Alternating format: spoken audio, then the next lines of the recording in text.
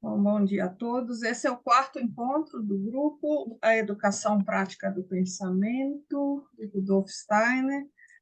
Vou ler o verso, depois passo a palavra para o Ronaldo, e quem vai fazer a leitura hoje é a Cíntia. Cíntia e Lorena, Lorena Cíntia, né? É no puro pensamento que encontras o si mesmo, capaz de conservar-se. Transformando em imagem o pensamento, vivencias a sapiência criadora. Condensando em luz o sentimento, revelas a energia plasmadora. Materializando em um ser à vontade, atua no existir universal. Rudolf Steiner. Obrigado, Ronaldo, Márcia. passo para você. Obrigado. Então, eu não pude estar nos dois últimos encontros, mas eu aproveitei essa nossa possibilidade da gravação, então escutei as gravações anteriores, né, as participações de vocês, agradeço as participações de vocês. A Márcia lembrou que hoje é o quarto encontro desse livro, mas hoje nós completamos 100, o número 100, né, o encontro número 100, é o 100º encontro desse nosso grupo de estudo. Então, temos aí bastante história. Aí, infelizmente, antes nós não gravávamos, agora então começamos a gravar, né? E vamos dar a continuidade à nossa leitura, Educação Uhum. Prática do Pensamento, né? E não sei se existe alguma questão que ficou, ou talvez alguma pergunta, né? O que que ficou até aqui dos exercícios, né? O que que, em suma, os exercícios nos mostram até onde nós lemos aqui? O que que vocês acham? Alguém gostaria de falar?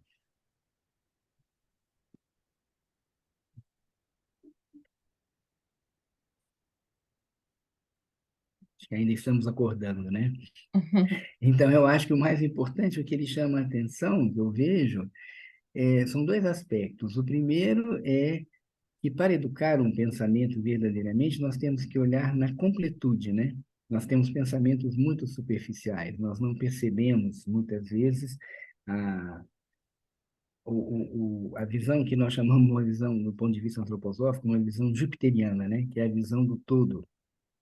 E por isso é que ele orienta para aquilo que nós não conhecemos, né, que são os fenômenos da natureza, que nós possamos olhar objetivamente, com uma memória o mais fiel possível, dos eventos que se sucedem, depois para os eventos que eu conheço, né? Então, por exemplo, do cotidiano, eu posso olhar uma pessoa fazendo uma coisa e imaginar o que que ela vai fazer no futuro, então, em direção ao futuro, para ver a consequência do que aquilo tem, e aí eu vou observando novamente para ver se eu estava adequado no meu pensamento, se eu entrei realmente na essência do fenômeno, e ao mesmo tempo eu posso olhar para trás, né? Então, eu posso olhar assim, o que foi feito hoje teve uma causa ontem.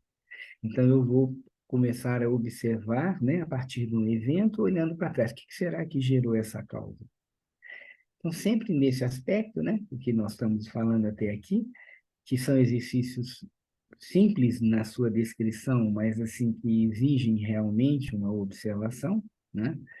E evidentemente um contexto, né? Hoje mesmo eu estava chegando aqui, eu fui levar minha filha num local, eu vindo de carro, vi um vizinho andando, nunca vi ele passando por aquele local, né? E aí fiz exatamente, pensei, o que que será que ele vai fazer? Só que aqui agora, numa cidade grande, provavelmente eu não vou saber o que que ele fez, né? Lógico, lembra que o Steiner escreveu isso em 1909, então os vizinhos eram vizinhos mesmo, né? Você sabia quem são os vizinhos. Hoje você mora em condomínios em que você nem sabe quem é seu vizinho, né? Mas, de qualquer forma, é o exercício de ampliar a observação. E, como ele disse, a memória, que vai ser incentivada também, ela tem como o apoio a observação. Quando nós realmente observamos uma coisa, nós podemos ter um pensamento mais adequado, né? E nós já comentamos sobre isso, né, que o Steiner fala na Filosofia da Liberdade, nós precisamos sair das meras representações mentais e pensar. Tudo que nós vivemos de desafio hoje em dia, principalmente quando nós olhamos as discussões a nível religioso, cultural, científico, político, é porque as pessoas fazem representações mentais. e fixam nelas e deixam de perguntar.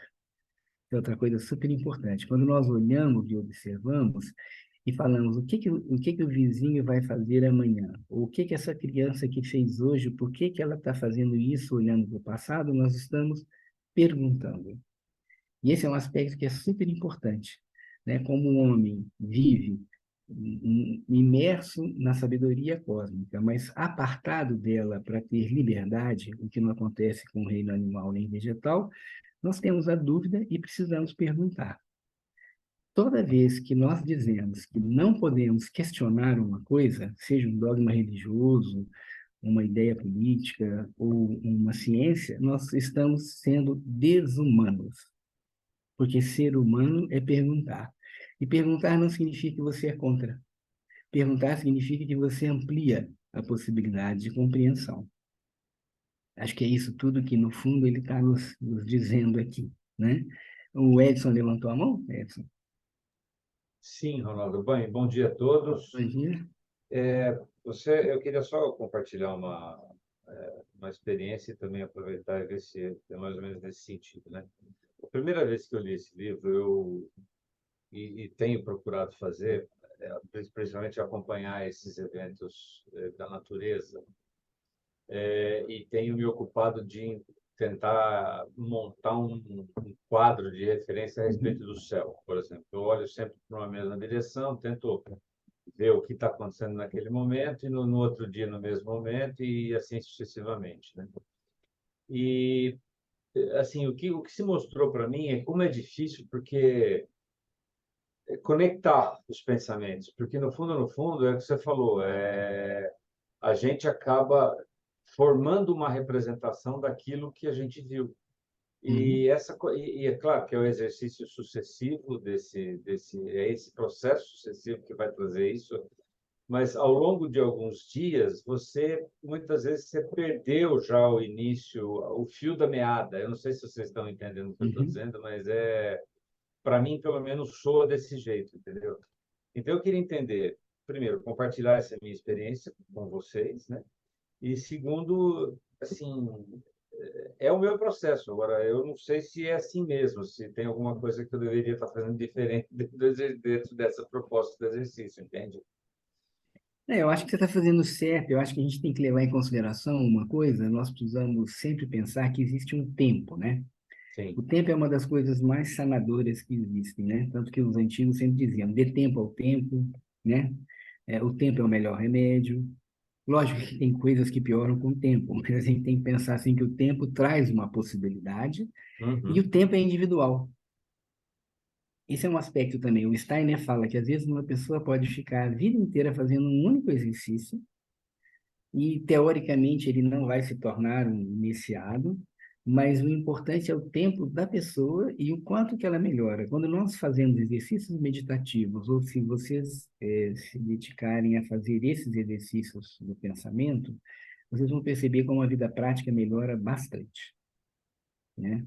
E isso também e esse tempo inclui porque nós fomos absolutamente deseducados a pensar. Por isso o Sim. livro Educação Prática do Pensamento. Nós achamos que nós somos o ápice da criação, mas se nós olharmos, né, acho que nós já comentamos isso aqui, se eu parar para pensar por que que eu estou pensando isto agora, isso veio de um pensamento inacabado, que veio de um pensamento inacabado, que veio de outro pensamento inacabado, justamente porque nós não educamos o pensamento, porque o pensamento ele é livre, né?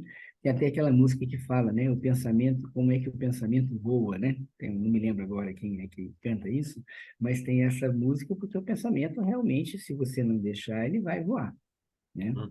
Então, educar o pensamento é esse o processo e é o tempo de cada um. O mais importante não é o sucesso, mas é o exercício, né? De novo, eu sempre gosto de chamar a atenção para essa frase do Steiner, né? Que ele fala que é preciso amar a ação, não o resultado. O Uhum. resultado nós vamos ter como uma consequência, né? Mas é lógico que todo mundo quer um resultado, não tem dúvida nenhuma. Mas, assim, o mais importante é nós amarmos o exercício em si, né? Só o estar fazendo já é com o tempo, e interessante o tempo, porque muitas vezes a pessoa não percebeu que ela já conseguiu.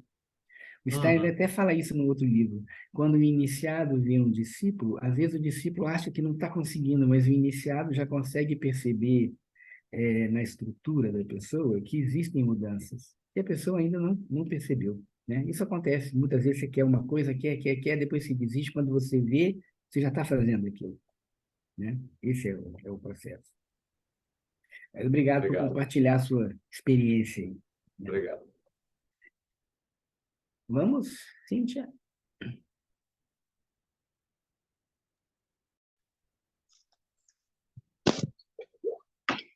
Praticando-se sistematicamente tais exercícios, repetindo-os frequentemente, chega um momento em que se revela na pessoa a faculdade de achar o alvitre necessário e oportuno nas ocasiões decisivas. O pensamento assim cultivado torna-se elástico e flexível, o que é de enorme importância na vida prática.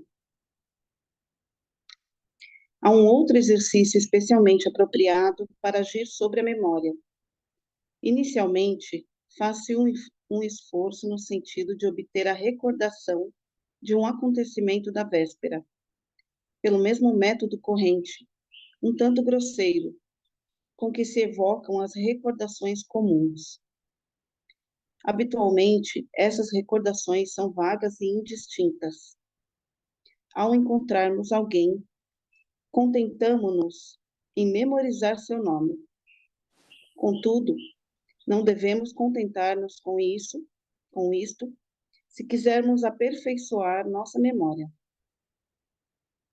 Compreendendo bem este ponto, esforcemo-nos em precisar claramente o que desejamos recordar, dizendo, por exemplo, quero recordar-me com precisão do homem que vi ontem, da esquina em que o avistei, de tudo o que estava em torno dele. Quero fazer um quadro de tudo o que vi, seu casaco, seu colete, sua atitude, etc. Então se verá, na maioria dos casos, que essa evocação completa é impossível. A grande maioria das pessoas terá de reconhecer o quanto lhes é defeituosa e imprecisa a representação mental, isto é, a reconstituição concreta, por meio de imagens, do que tenham visto e experimentado na véspera. Tomemos como ponto de partida esses casos, tão numerosos, em que nem mesmo os acontecimentos da véspera se consegue recordar com toda a nitidez.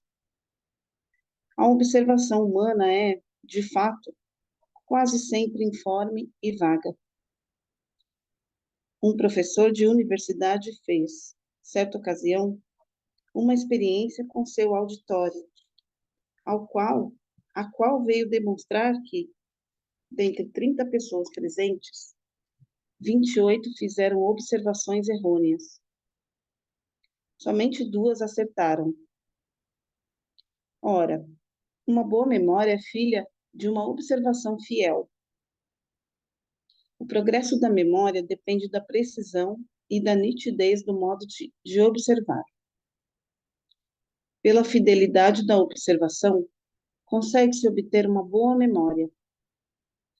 A transformação que se opera na alma faz com que da boa observação venha a nascer uma memória fiel.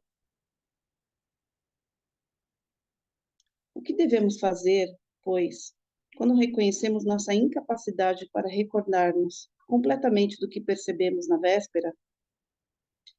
Primeiramente, devemos esforçar-nos em obter essa recordação o mais perfeitamente possível. Se não for viável essa perfeição, imaginemos deliberadamente algo falso, mas que constitua um todo completo e acabado. Suponhamos termos esquecido absolutamente se a pessoa encontrada por nós vestia uma roupa preta ou parda.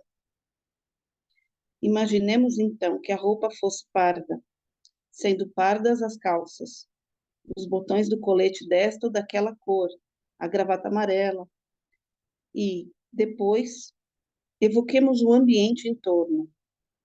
A parede era amarela, À esquerda passava nesse momento um homem muito alto, à direita um de estatura baixa, e assim por diante.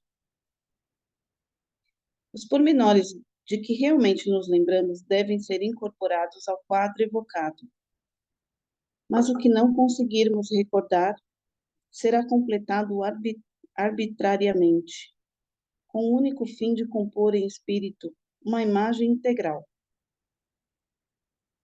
A imagem assim obtida é evidentemente falsa, mas em virtude do esforço feito para completá-la, seremos levados, no futuro, a observar com maior exatidão.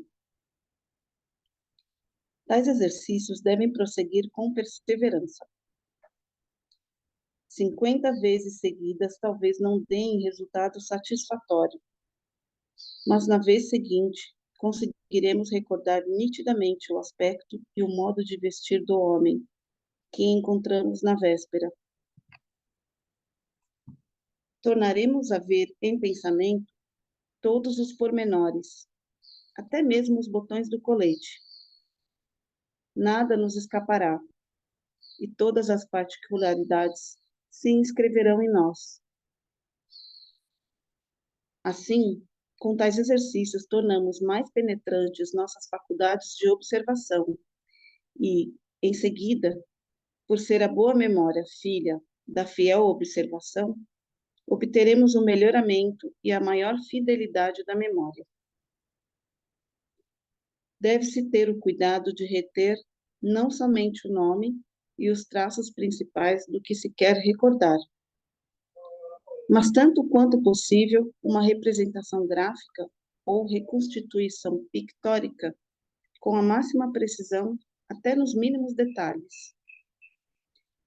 Quando falha a memória, completa-se o quadro com o próprio arbítrio, de modo a se constituir um todo completo.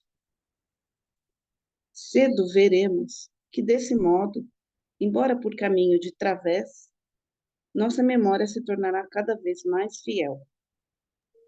Acho que podemos... Alguém quer fazer alguma colocação, alguma pergunta aqui?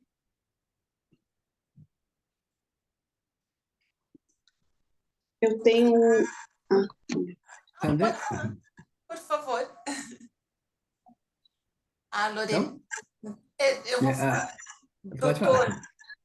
aqui ele levanta uma questão, né, super importante na parte do pensar, e eu gostaria que o senhor esclarecesse um pouco sobre a memória, né? Nos dias de hoje, a memória cada vez mais, a gente está em conquista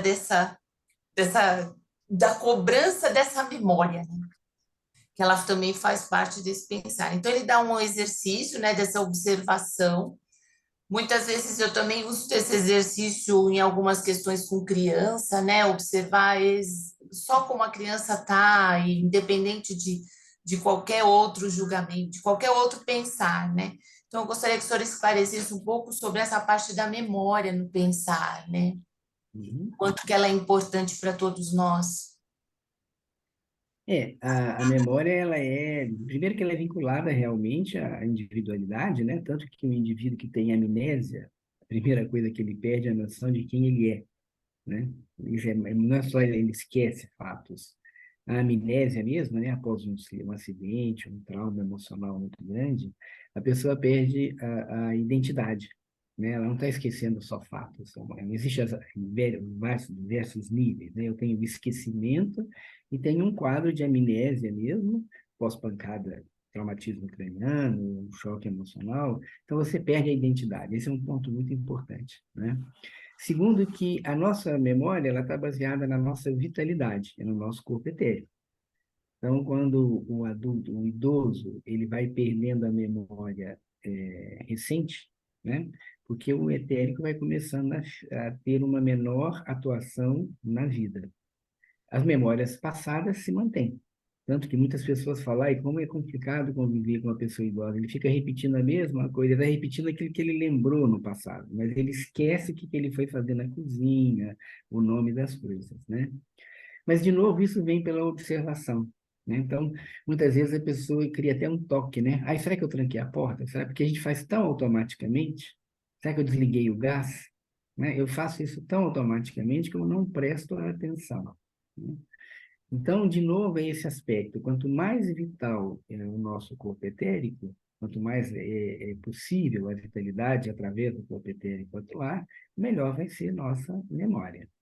Tem também aí um fator emocional, né? O corpo astral, nós sabemos que ele tira a vitalidade do etérico, por isso que nós vamos tendo consciência. E quando nós emocionalmente olhamos um fato sem olhar com observação, nós carregamos a nossa memória para dentro, a nossa emoção para dentro da memória, e isso altera a memória. Então, muitas pessoas que com mais maturidade, né, com uma maturidade maior, olham e falam, puxa vida, aquilo que eu carreguei a vida inteira de um evento que me foi triste, na realidade não aconteceu daquela forma. Só a maturidade permite isso, né? Tanto que na formação biográfica, quem é aluno da formação sabe, quando nós fazemos exercícios de lembrar fatos, a orientação começa a lembrar o que estava acontecendo fora, qual era o ambiente, qual era a temperatura, quais eram as pessoas que estavam realmente presentes, porque quando você faz esse respirar com a realidade externa e o que vive em você, você olha objetivamente e treina, né, para fazer isso futuramente. Tem um exercício bastante simples, que é uma brincadeira, que é o telefone sem fio, né? Você, num círculo de pessoas, você fala uma coisa e quando você chega no final, é outra coisa. Porque as pessoas não estão... Só a coisa que, olha, nós vamos fazer essa brincadeira, presta atenção no que o outro vai dizer. Isso já te deixa o corpo astral, eu não posso errar. E aí, quando você vê, quando chega lá no final, às vezes a informação está truncada ou é completamente diferente do que a primeira pessoa falou. Não sei qual foi essa experiência que ele cita aqui do professor, né? Mas isso nos mostra muito esse aspecto. E aí isso nos carrega com essa questão. Será que a nossa memória está sendo fiel ou ela está sendo baseada em emoções? Porque se eu não gosto de uma coisa, eu posso, nem sempre conscientemente, mas eu posso estar apagando fatos desta coisa. Então, eu acho que isso é importante. Não sei se a sua pergunta era essa, Sandra? Perfeito. Tá, joia. Muito Obrigado. obrigada. Obrigado. Acho que a Cíntia ia falar junto com você, depois é a Nina. Fale, Cíntia. É sobre, na verdade, uma vivência que eu estava lendo agora, me lembrei, assim, quando eu era adolescente, eu pegava ônibus para ir para a escola, né? Eu já tinha 14 anos, e demorava muito tempo, atravessava a cidade, aqui em São Paulo. E aí eu tinha, agora revendo, né? Que eu tinha o hábito de observar as pessoas. Quando o ônibus parava no ponto, eu ficava observando. E como eu pegava sempre no mesmo horário, eu via algumas pessoas que sempre eram as mesmas, né?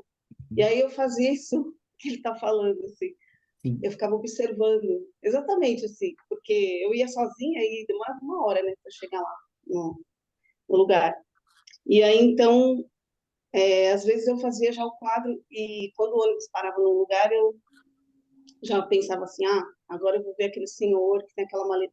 Exatamente, assim, bem curioso. E aí, quando ele falou que, né, você faz 50 vezes, aí eu pensei, nossa, eu fiz Mais vezes. muitos anos. Eu fiz 3 anos de observação, né? E aí, uma coisa que depois me chamou a atenção, que agora eu tô lendo, que eu me dei conta, é que em alguns momentos eu evitava de olhar para aquelas pessoas, porque eu me sentia Invadido. invasora da intimidade delas, porque é como se eu estivesse me intrometendo, né? Mas Uhum. é engraçado, né? Porque eu era adolescente, eu já tive uma... A minha reação foi assim, não vou fazer mais, porque isso não deve ser certo, sabe? Alguma coisa assim. E aí eu mudava. E aí Uhum. era uma coisa que eu tinha em mim, né? Então eu logo encontrava outra pessoa para observar, assim. Mas só uma curiosidade, assim, para contar mesmo. Então, obrigado, Cindy. Você faz lembrar uma coisa que se vincula à pergunta da Sandra, né? Os exercícios dos dias das semanas, talvez você saiba, o Steiner recomenda um exercício para cada dia da semana, e o exercício da sexta é a memória certa. E esse exercício ele quer dizer o seguinte, que nós deveríamos sempre agir pensando, resgatando na memória aquilo que nós sabemos do fato.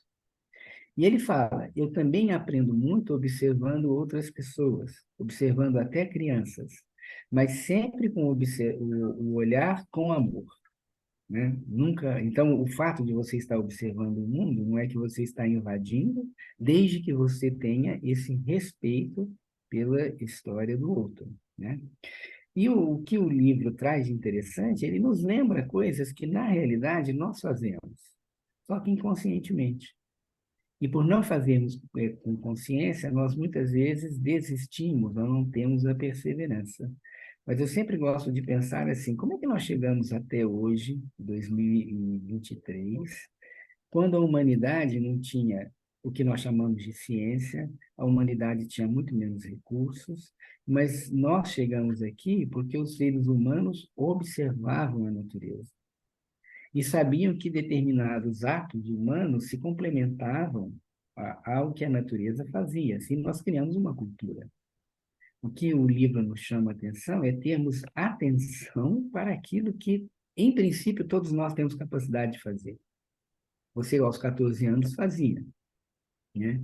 Existe um livro, o Norbert Glass, né, que é um médico antroposófico, ele escreveu sobre os temperamentos, ele escreveu sobre a face que revela o homem, características da face, sobre as mãos que revelam o homem, e ele mesmo cita, ele escreveu o livro fazendo observações em meios de transporte, que é o que você fez, né?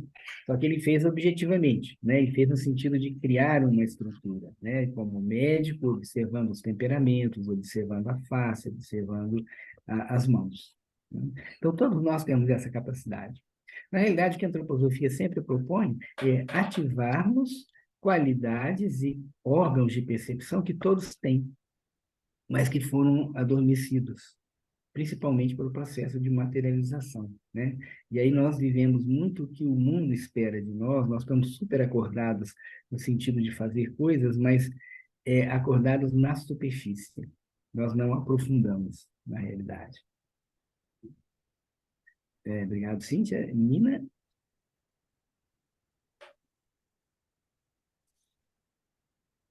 Oi. Ó, estamos te ouvindo, pode falar. Acho que você já respondeu a minha pergunta, porque eu ia perguntar por que a pessoa com Alzheimer, né, eu convivo com uma, ela, é, ela coloca parte da história e inventa outra parte, ela Uhum. faz uma mudança na outra parte. Aí você falou, quando a gente não gosta de um determinado fato, a gente apaga, né? Pode apagar, sim. Eu acho que é isso que aconteceu, né? Não Uhum. gostou, apagou e inventou algo para completar aquele quadro, né? Uhum. Aí é interessante isso, porque o caso do Alzheimer, nós estamos tratando de uma patologia neurológica, né? Mas o que às vezes até pode chamar a atenção de algumas pessoas, mas a gente não tem sempre que ser verdadeiro. Sim, nós temos que ser verdadeiro. Aí fica parecendo que aqui tem uma contradição. Quando ele fala inventa, você cria, né, arbitrariamente uma coisa. Mas aqui faz parte de um exercício, Um exercício. E você está né? inventando com você mesmo, você não está Você está passando isso para inventando para frente e você vai, como você sabe que você está arbitrariamente criando uma coisa, naturalmente vem o desejo de eu vou observar melhor para que eu não precise arbitrariamente completar, né? Então, o exercício é esse, né? Como fazer um exercício físico que eu olho um atleta que faz, eu começo a fazer o exercício físico, eu não faço exatamente perfeito como ele faz, mas eu vou tentando completar aquilo que não é perfeito, até que eu consiga fazer esse processo. Então, não há uma contradição aqui, né? Falar, nossa, ele está falando para a gente mentir? Ele não está falando para a gente mentir, ele está falando para nós criarmos uma flexibilidade, porque isso já foi falado anteriormente nos parágrafos anteriores, né? Criar uma mobilidade no pensar, criar uma flexibilidade no pensar. E aí Tá. isso gera essa, através da perseverança, né? Esse aspecto. Uhum. E trabalhar a imaginação ali, né? Trabalhar a imaginação, sim. Aliás, o Steiner também tem uma outra colocação interessante. Ele fala que, às vezes, nós estamos numa situação social em que existe um erro feito na situação social. alguém fala uma coisa errada ou faz uma atitude errada, e nem sempre nós podemos contribuir corrigindo aquilo, né, por vários motivos. E qual é uma ação salutar? É internamente eu corrigir o que está errado. Então, uma pessoa fala uma coisa absolutamente errada, às vezes até uma mentira, e eu não tenho como contrapor, mas internamente eu corrijo. Em vez de ficar perdendo tempo só em criticar que aquilo está errado, eu internamente faço a imagem correta. Eu me lembro de uma enfermeira dizendo que, enfermeira antroposófica, que fez um estágio na Alemanha, e a enfermeira-chefe dizia, quando você está fazendo o seu procedimento, imagine esse órgão ou essa parte do corpo da pessoa funcionando corretamente. Então, isso é bem interessante, porque a gente sempre faz o contrário, né? A gente só pensa, nossa, isso aqui está horrível, isso aqui está pior, e você vai só internamente carregando esse aspecto. E o Steiner sempre fala também, né, que não são apenas os atos que aparecem para o mundo espiritual. Eu posso estar aqui olhando para vocês com um rosto bastante plácido, simpático, mas aqui dentro fazendo as maiores críticas, né? E, na realidade, isso é tão real quanto um ato. Então, nós temos que ter cuidado com os nossos pensamentos e sentimentos. E por isso que recriar o pensamento de uma forma adequada é uma forma de contribuir para o mundo, mesmo que isso não apareça, mas é a nossa contribuição, né? Muito bom. Vamos em frente?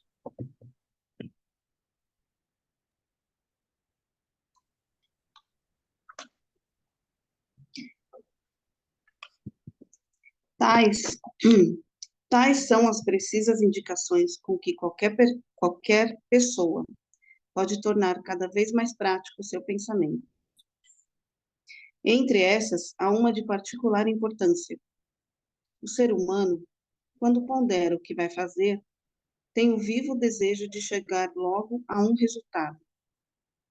Ele delibera como deve proceder nisto ou naquilo, chegando a uma conclusão. É um instinto muito compreensível, mas com isso ele não conseguirá um modo prático de pensar. Toda precipitação nesse sentido nos fará dar um passo atrás, e não adiante. Neste domínio, a paciência é absolutamente necessária. Suponhamos que os senhores tenham de realizar esta ou aquela ação. Poderão realizá-la deste ou daquele modo. Haverá várias possibilidades. É necessário ter paciência, imaginando nitidamente o que aconteceria se procedessem de certa maneira e também o que aconteceria se outra fosse a maneira de proceder. Ora, sempre haverá razões de preferência para esta ou aquela resolução, mas agora os amigos devem abster-se de qualquer conclusão definitiva. Devem esforçar-se em imaginar duas possibilidades e dizer consigo: agora ponho ponto final. Deixo de pensar sobre isso. Haverá quem fique nervoso com a situação, e fácil será superar a impaciência. É, porém, de extrema importância dominar o nervosismo e dizer a si mesmo: as coisas podem ser assim ou podem ser diferentes, mas durante algum tempo não pensarei nisso.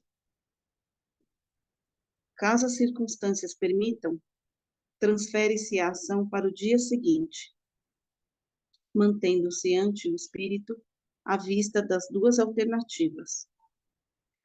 No dia seguinte, se achará que no intervalo as coisas se modificaram, sendo possível decidir com maior conhecimento de causa e com melhor motivo do que na véspera. As coisas possuem em si uma necessidade interior. Se não procedermos arbitrária e impacientemente, e sem deixarmos trabalhar em nós essa necessidade das coisas, ela, de fato, agirá sobre nós e enriquecerá nosso pensamento, de modo a permitir-nos, no dia seguinte, uma decisão mais acertada. Tudo isso é extraordinariamente útil. Suponhamos, por exemplo, que nos peçam conselhos e que, por isso, tenhamos de decidirmos sobre qualquer assunto.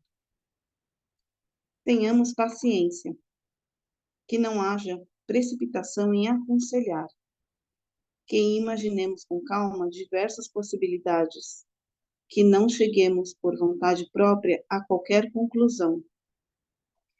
Deixemos tranquilamente agir em nós, como forças, essas possibilidades.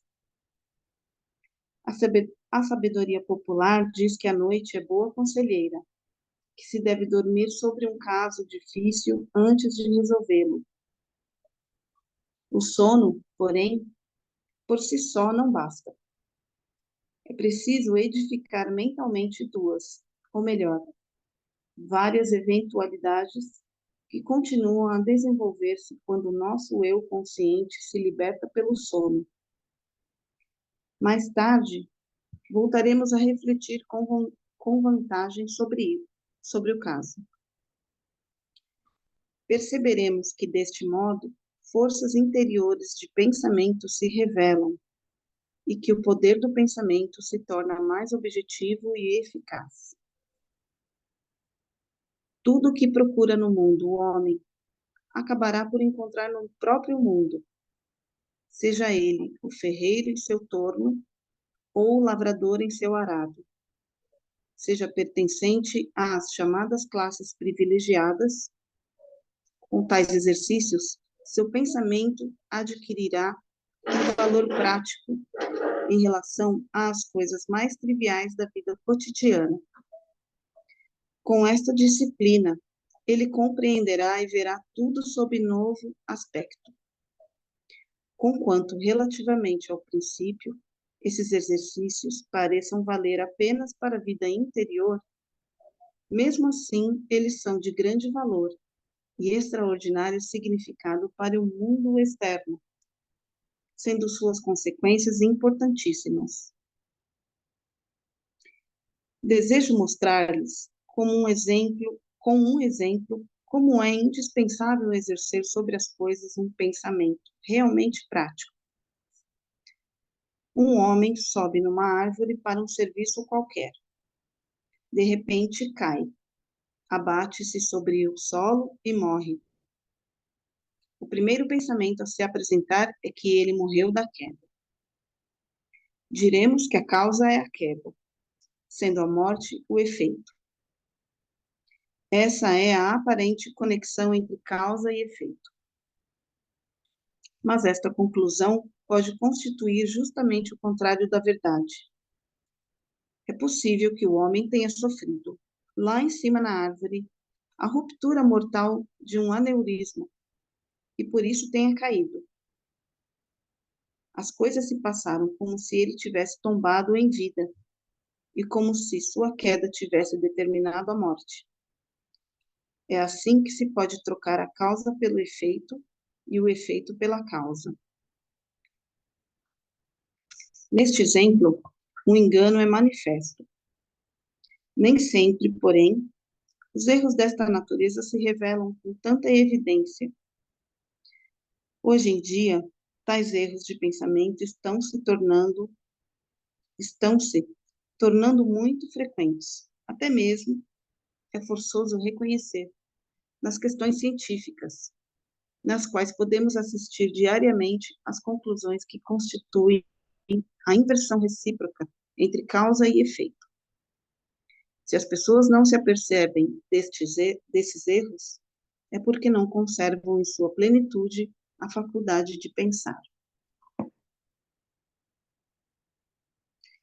Vou dar-lhes um outro exemplo, que mostrará como se podem originar tais erros de pensamento e como evitá-los pela disciplina que expus aqui. Suponhamos que um sábio afirme ser o homem descendente do macaco, isto é, que as forças observáveis no macaco, aperfeiçoando-se, dão origem ao homem. Ora, para representar com clareza a importância que neste caso assume o pensamento, imaginemos que, por qualquer circunstância, o autor de tal conclusão venha a encontrar-se completamente só sobre a Terra, tendo apenas por exclusivos companheiros aqueles macacos dos quais afirma descenderem os homens. Ele fará estudos cuidadosos até obter, com todos os pormenores possíveis, uma representação ou um conceito do organismo do macaco.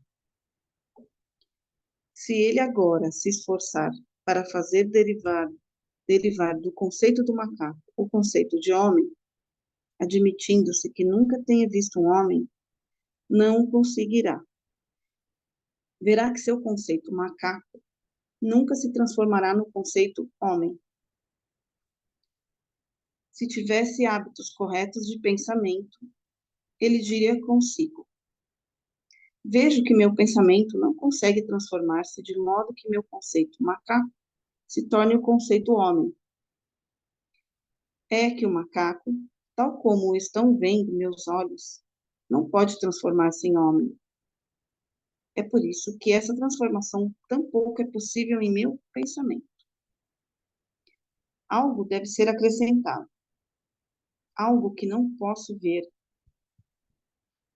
Esse homem, por consequência, deveria ver, por detrás do macaco que os sentidos percebem, algo suprassensível, algo inacessível aos sentidos físicos. E é somente esse algo invisível que se lhe poderia figurar como sendo capaz de transformar-se em qualquer coisa de humano. Acho que aqui podemos, Não, né, também parar para ver se tem alguma pergunta. Não é bem uma pergunta, Ronaldo, é a Silvia aqui. É Hum. mais uma observação relacionada aos temperamentos até, porque muito do que pelo menos como eu peguei o que foi lido até agora, o sanguíneo e o colérico, eles se perdem muito nesse processo da relação com o tempo, a palavra ponderação. Então, me veio a imagem de que no processo de autodesenvolvimento, quase, sei lá, eu acho que sanguíneo e colérico acabam tendo um desafio um pouquinho maior nesse sentido. Não sei se faz sentido o que eu estou falando. Sim, isso realmente é interessante que você fala, porque quando nós pensamos o melancólico e o fleumático, o colérico e o sanguíneo, quando nós pensamos em mundo externo e mundo interno, o fleumático e o melancólico vivem mais no mundo interno, e o sanguíneo e o colérico vivem mais no mundo externo, né? Qual é a questão disso? É que você pode tanto ficar ensimesmado nos seus pensamentos sem perceber o que está lá fora, e, ao contrário, se perder no mundo externo sem pensar corretamente, né? E esse é o que ele fala, que é interessante você, o que é muito difícil hoje em dia, cada vez mais. As pessoas, elas emitem opiniões sem pensar nos fatos. Então, o que nós estamos vivendo hoje em dia, com todas as dificuldades que nós temos, é isso. As pessoas não pensam o fato em si e já colocam a sua opinião. O que seria uma coisa mais salutar é eu observo o fato e eu sou livre para dar minha opinião. Então, tem muitas questões que as pessoas hoje se perdem porque elas nem percebem a verdade do fato, elas já colocam a opinião. Então, se eu quero decidir uma coisa, a primeira coisa que eu tenho que olhar é assim: o que nós estamos discutindo é baseado num fato e esse fato é verdadeiro? Sim, se o fato não é verdadeiro, não tem por que continuar na discussão. Mas as pessoas já colocam o carro na frente dos bois, né? Elas já dão a opinião sem ter feito uma observação real do fato. Por quê? Porque você vem uma representação mental anterior e você faz esse aspecto. E isso entra um pouco no que você falou, que é o tempo. É o tempo de você perceber, né? Então, o Steiner tem essa orientação, que é bastante interessante, que nós podemos fazer isso de uma forma prática, assim: eu tenho um problema para resolver. Então, eu posso pensar sobre o problema, e pensar quais são as possibilidades, os cenários, né? Se fala muito isso no mundo corporativo, não sei se com essa mesma intenção aqui, mas eu olho e falo, quais são os cenários? Se eu fizer isso, vai dar tal atitude. Se eu não fizer isso, vai dar tal atitude. Ou mesmo se eu fizer isso, é uma ação minha, qual é a resposta do ambiente à minha ação? E eu posso ver vários cenários. E aí eu entrego para o universo isso.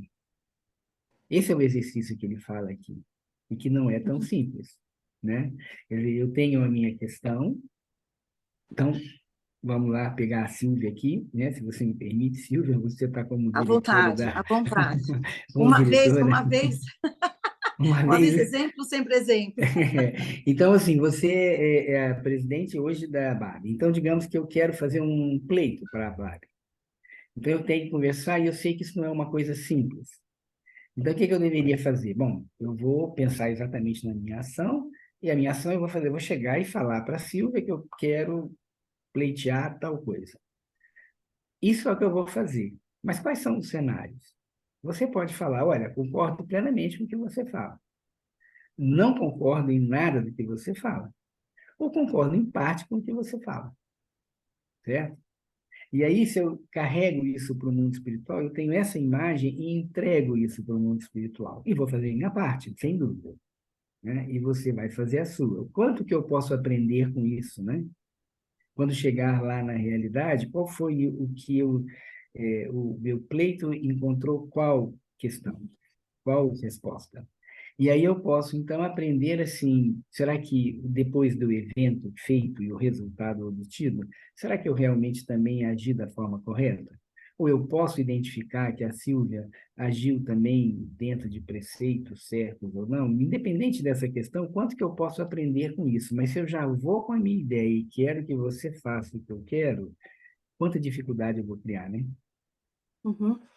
E a outra coisa que me chama a atenção, e na verdade acho que o Steiner usa esse verbo bastante ao longo dos seus escritos, e que é um verbo que me parece que ele caiu em desuso, mas quando ele precisa ser muito utilizado, é o verbo ponderar.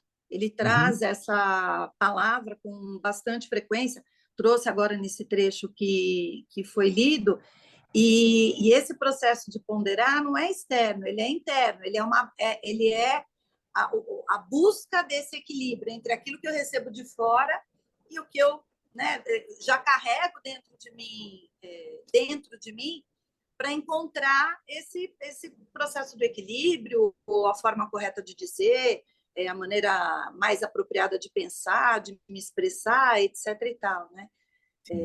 A gente está passando por cima desse verbo, talvez, sabe, aquelas plaquinhas.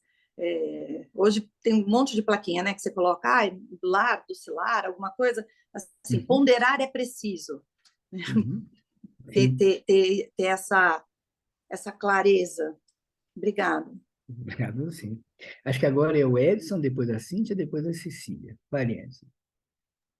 Sim, uma questão que me chamou a atenção aqui no texto, no primeiro parágrafo lá da página 31, quando ele trata a respeito da questão dos erros de pensamento, que ele fala que os erros de pensamento estão se tornando muito frequentes hoje em dia, né? Isso há 100 anos, imagina hoje, né? Uhum. Porque, assim, eu queria checar, inclusive, o entendimento de vocês a respeito de um fato, né?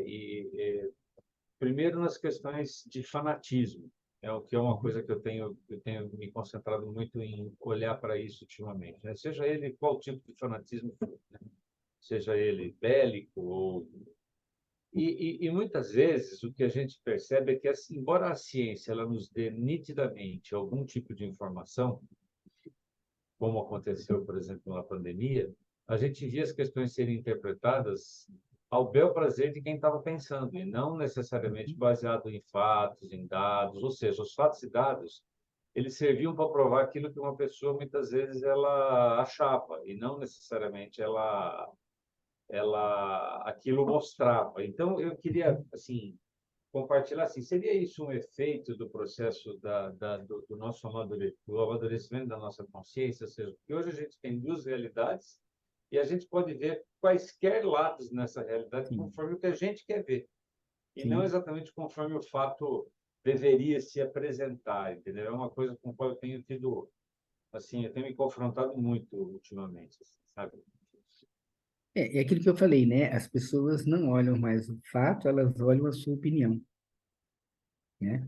Então, é interessante você ver como pessoas usam o mesmo princípio, justificando posturas absolutamente opostas, Opostos. né? Porque, na realidade, é um pensar que não foi elaborado, e o que é pior, quando a pessoa faz isso por si, é uma coisa, mas o que você vê é um movimento de grupos de pessoas Sim, e são induzidas por outras a fazer aquilo que você imagina. E você defende essa ideia. E exato. você defende essa ideia com uma questão que é bem complexa, que é quando você não consegue mais separar a ideia de você, o conceito de você, a opinião de você. Então, eu posso ter uma opinião e a vida me prova que eu estou errado, né? O ter opinião não é o errado. O ter Sim, opinião faz parte, né? Mas aí a vida me mostra que eu estou errado, mas eu não consigo separar mais isso, porque eu não tenho uma educação prática do pensamento, né? E aí, quando você questiona a minha ideia, eu considero que você está questionando a minha pessoa. exato. E aí eu não consigo mais dar um passo para trás, se eu não fiz o correto.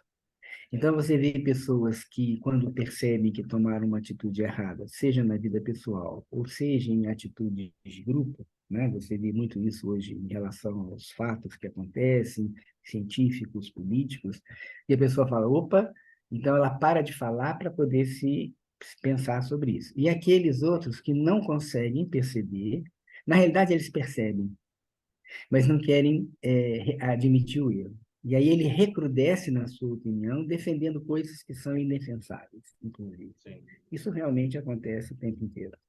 A gente sim, tem que ter muito cuidado com aquelas coisas que escorregam da boca, né? Quando sim, você começa a repetir coisas que os outros falam. Aí você tem que exato. pensar, será que eu estou pensando?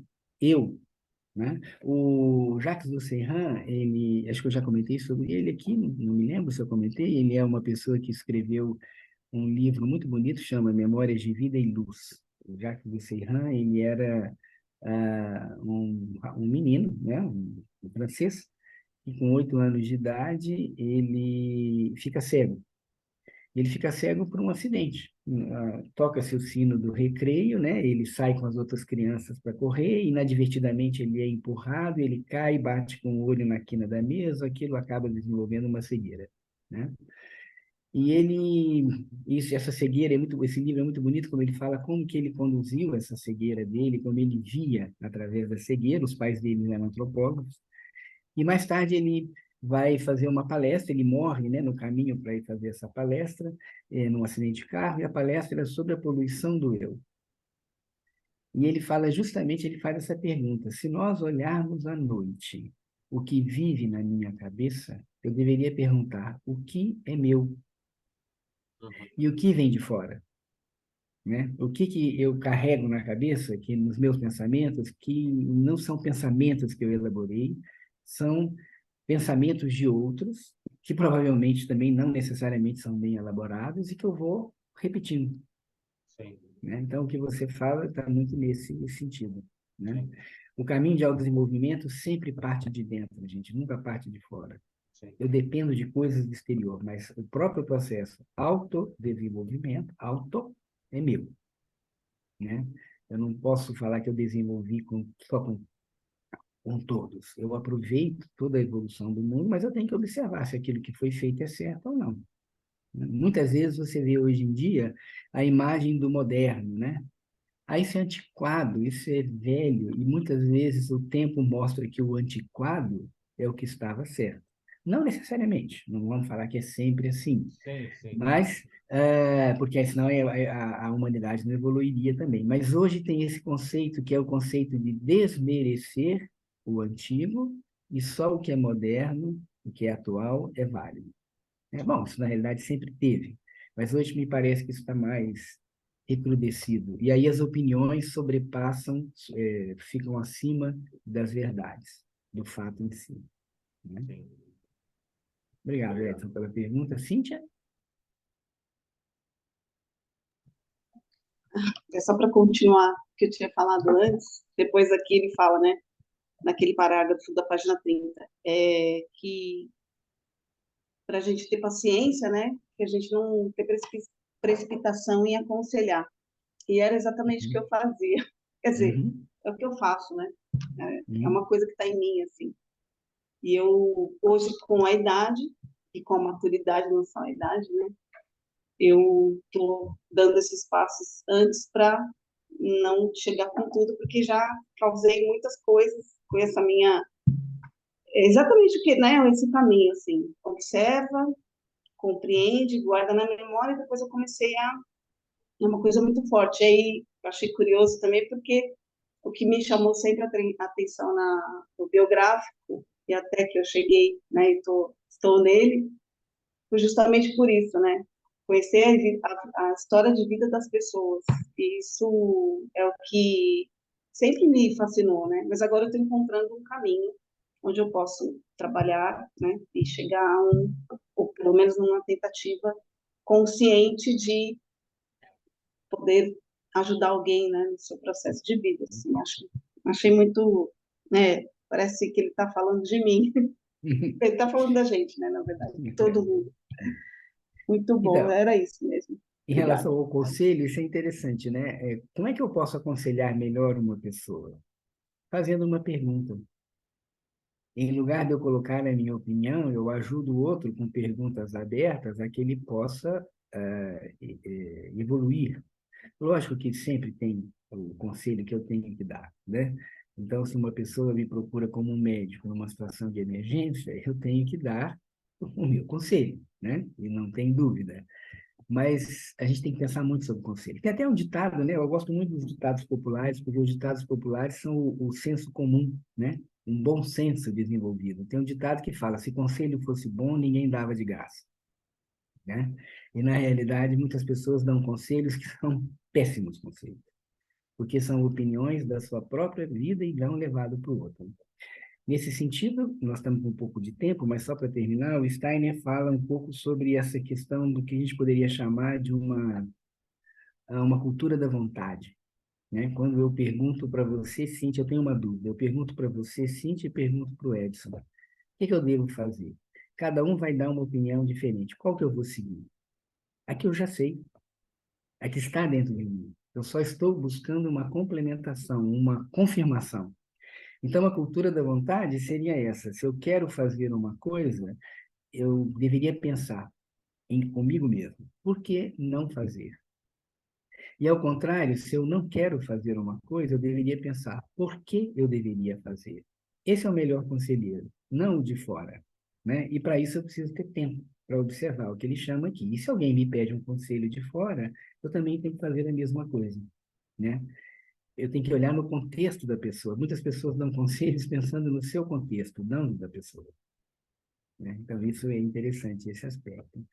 Cecília vai ser a última a falar Vou hoje, tentar. Cecília. Eu acredito que o senhor respondeu os meus questionamentos, mas eu fui muito agraciada com a espera, porque essas atitudes de grupo, elas têm a ver também, alguém mencionou, os temperamentos, né? Uhum. Então, o que foi levado, interpretado por cada fato, o fato é real, mas o que foi aprendido, o que foi trazido e marcado ou registrado naquele cenário, eu acho que ele é muito ligado realmente àquele temperamento.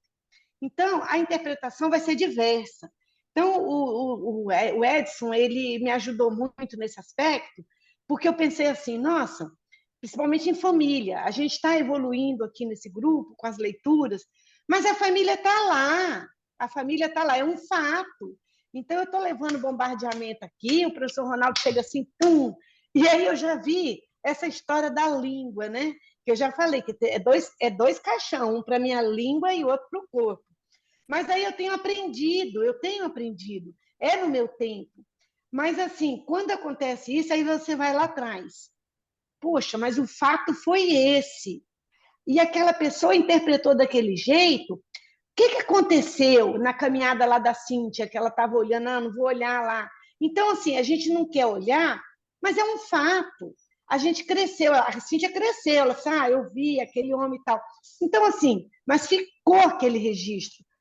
Agora, o registro daquelas atitudes ali no grupo, cada um teve uma visão, um ensinamento. Você não vai mudar isso. Mas aí, quando você volta lá no fato, você fala assim, não, a xícara estava quebrada, pronto, é um fato. O leite caiu porque a xícara estava... Então, não vai mudar isso. Não foi porque o cara subiu, teve um ataque lá em cima, mas ela estava, você botou, o copo estava furado. Então, assim, são coisas, né? Eu acho que o senhor me respondeu, e eu estou, assim, muito grata por estar no grupo, né? Mas esse resultado diverso me dá uma ebulição aqui, porque meus temperamentos, eles são diversos. Aí eu dormi bem, acordei, tive aquela... Tá, mas aí depois, no dia a dia, eu sou provocada, eu sou apunhalada ali, e aí eu tenho que... Não, calma, respira. Cadê aqueles ensinamentos que você aprendeu, né? Então, é isso. Família é um laboratório, né? Eu vejo, assim, com toda modéstia, né, que eu tenho aprendido muito a me calar e não estou sendo isenta de levar as sentadas e cobranças. Muito pelo contrário, tem sido mais intensas. Tem pessoas que brincam, né, que é melhor, por que eu vou ter consciência das coisas, né? É melhor passar na vida inconsciente, né? Na realidade, tudo cobra seu preço, né? Ser inconsciente traz muitos problemas, mas ser consciente nos aumenta a responsabilidade, né? Com certeza. E aí o desenvolvimento da calma interior, aí, que não é simples também. Bom fim de semana para todos, né? Uma boa semana e até sábado que vem, se Deus quiser. Um abraço. Obrigado, bom fim de semana a Obrigado, todos. bom fim de semana. Obrigada. Gratidão. Uhum. Gratidão, bom final de semana.